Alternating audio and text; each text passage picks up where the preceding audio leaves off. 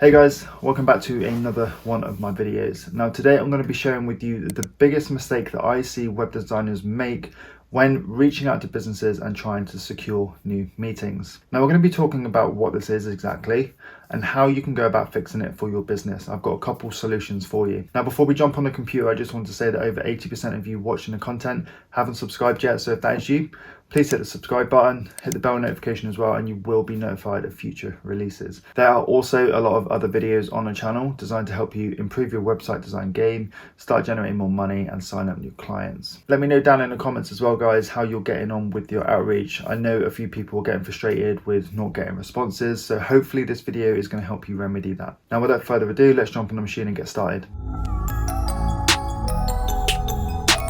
Okay, so understanding where most web designers fall short with their outreach strategy. Now, I have a Google Doc here. I've just got all my thoughts down on paper, and it's going to be the easiest way for me to walk you through this. So let's just be real here. Business owners are so busy. I'm sure you're busy as a business owner. And the business owners that you're reaching out to are sent emails on a regular basis, and actually they're no doubt similar to the ones that you're selling, especially if you're using a template. So sending one email is just not going to cut it. And that is the biggest problem. I'm straight in there with it. The biggest problem is you guys are sending only one email. The thing is, guys, you have to follow up with them.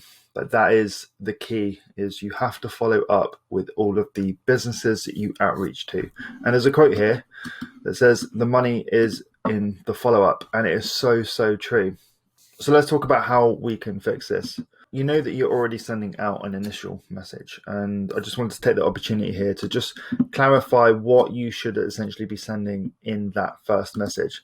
So you want to find out the name of the business owner, and you want to send them a direct message. So this could be email, Instagram, LinkedIn, or you could even cold call, but you need to know the person's name. You need to know the name of the person you are addressing.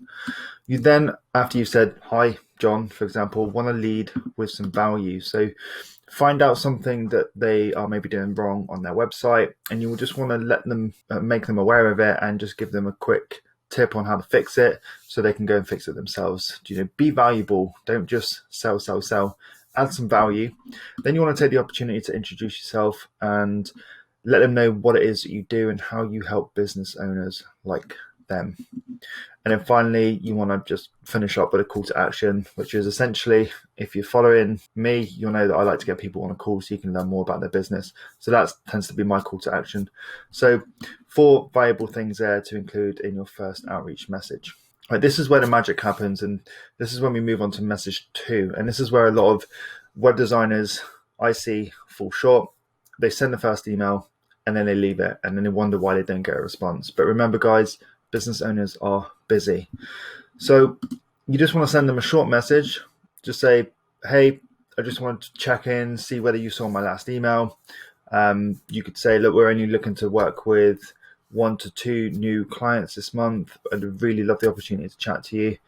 So you want to create a little bit of urgency / scarcity as well, and see if that triggers any sort of response. And then in the third message, so this will be your second follow-up, in the third message that you send, you just want to give them sort of like a final reminder to say, hey, just checking in one final time to say whether you have seen my email. And again, in this one, you want to give them a call to action. So maybe this time in the third email, you could drop them a link to your Calendly, sort of suggest, I'm sure they're busy. If you'd love to have a quick 10-15 minute chat, it's not going to take much of their time, then click the link and they can book in directly with you. That tends to be the rules I follow, and it does work really well. So here we've got step 4 or 5. So there's not really any end to how many times you follow up to a business. You could set a 4th follow-up and even a 5th follow-up. So what I tend to do is, let me just type this. So message 2, I would send like 2 days later. Message 3 tends to be 4 days later.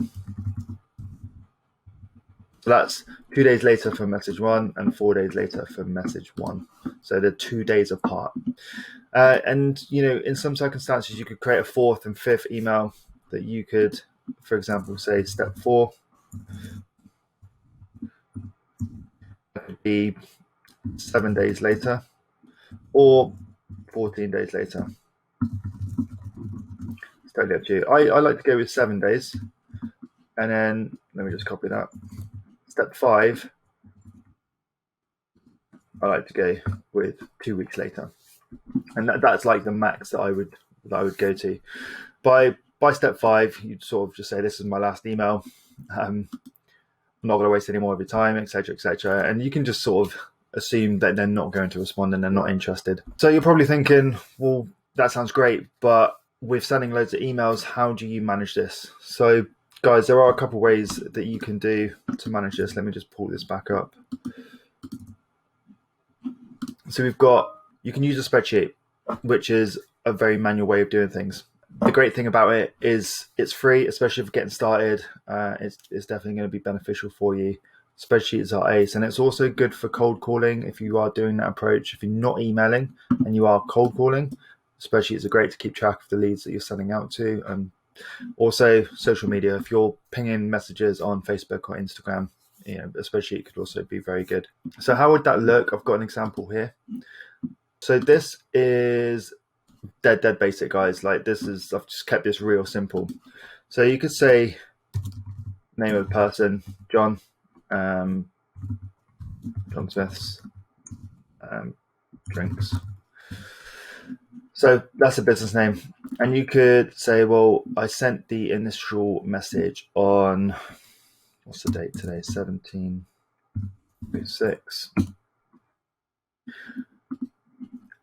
And then underneath, you could go with Tim Cook, for example, Apple. And you could say you initially messaged them on, again, if you went with the 17th. So this was when you sent their initial email out. And obviously, when you build this list, this date will change. You need to look at these, and you need to then figure out when is 2 days' time. So then you can, in 2 days' time, put in the next date here, like 1906, you sent the first follow-up. Now, you could create also a little color code here.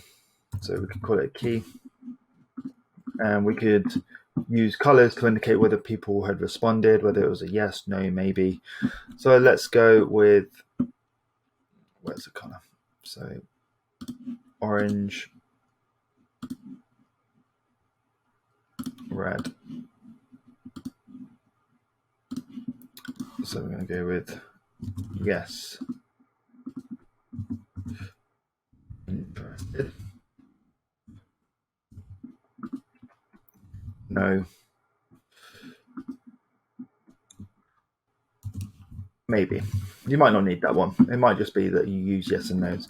So maybe, after attempt 1, they still haven't followed up. And then in 2 days' time, I know this is like in the future, you would send another follow-up.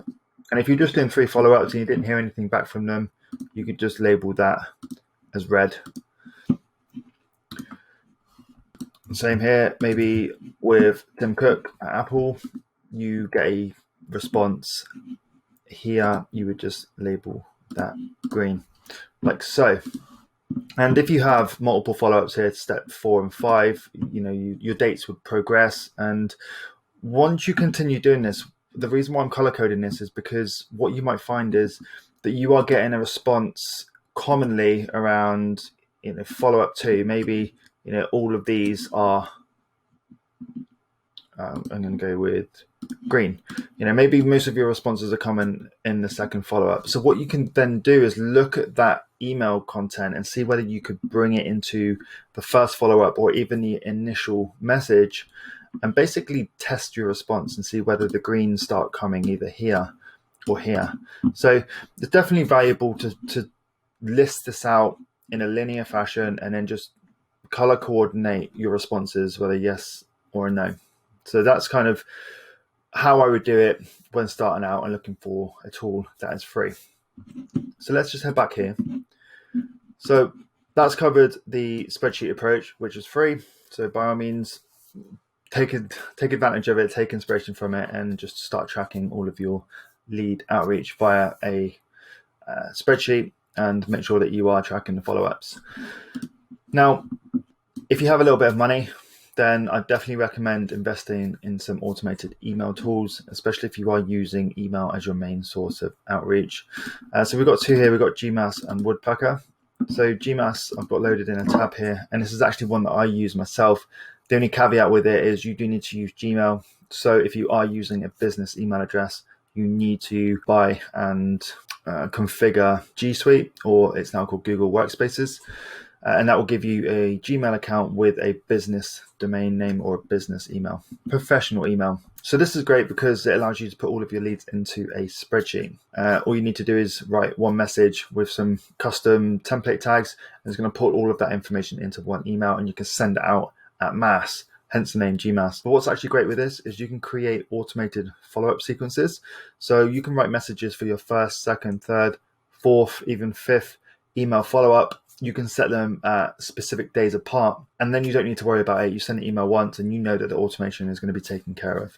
So Gmass is great. I think it's only around $10 to $15 a month. Don't quote me on that. Go and have a look. Otherwise, you've got another option here, which is Woodpecker, which is a mass email outreach tool. It is a bit more robust than Gmass, but it does come at a hefty price. It does a very similar thing.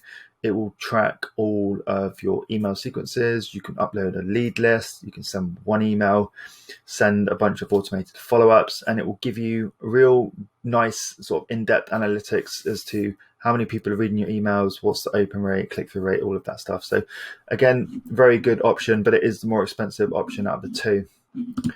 So guys, don't forget, honestly, the money is in the follow-up. This is how you are going to be booking more calls. Don't send just the one email because you're going to be literally wasting your time, okay? So there you go. Hopefully you found that really useful and you can start implementing a really strong follow-up strategy within your outreach strategy already. Remember to let me know how you're getting on with your outreach, guys, down in the comments. And also, if you found value within this content, please give it a thumbs up. I'd really appreciate it. And remember to hit that subscribe button. But that's all I got for you today, guys. Have a great day, and I will see you in the next video.